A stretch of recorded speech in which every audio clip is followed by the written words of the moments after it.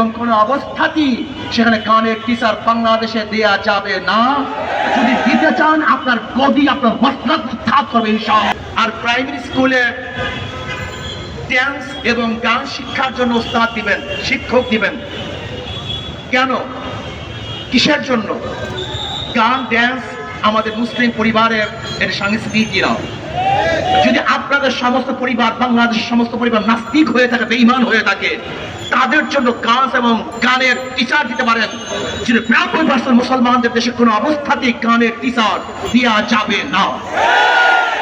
এদেশে টুপিওয়ালাদের, দাড়িওয়ালাদের, মুসলমানদের খাজনা ট্যাক্স ভ্যাটের পয়সা দিয়ে গানে, সেখানে ইংলিশ টিচার দেন, কম্পিউটার টিচার দেন। আজকে প্রাইমারি শিক্ষা ব্যবস্থা ধ্বংস হয়ে গেছে, সেখান থেকে মানুষ ঘুরতেছে না, ইউনিভার্সিটি চান্স পায় না, মেডিকেলে চান্স পায় না, কোনো জায়গায় চান্স পাচ্ছে না। এর জন্য প্রাইমারি শিক্ষা লেভেলকে ঢেলে সাজাবার জন্য ধর্মীয় শিক্ষক সেখানে নিয়োগ দিতে হবে এবং কোনো অবস্থাতেই সেখানে গানের টিচার বাংলাদেশে দেয়া যাবে না।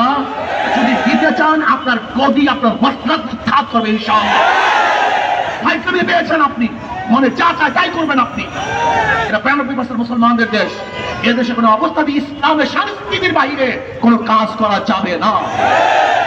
কাজে আসুন আমরা সবাই এখন মিছিল করব এবং পিয়ারসের নির্বাচনের জন্য আমরা দাবি যে করছি এটা অবশ্যই সরকারকে দিতে হবে। আল্লাহ আমাদের সবাইকে কবুল করে নেন। আল্লাহুম্মা আমিন।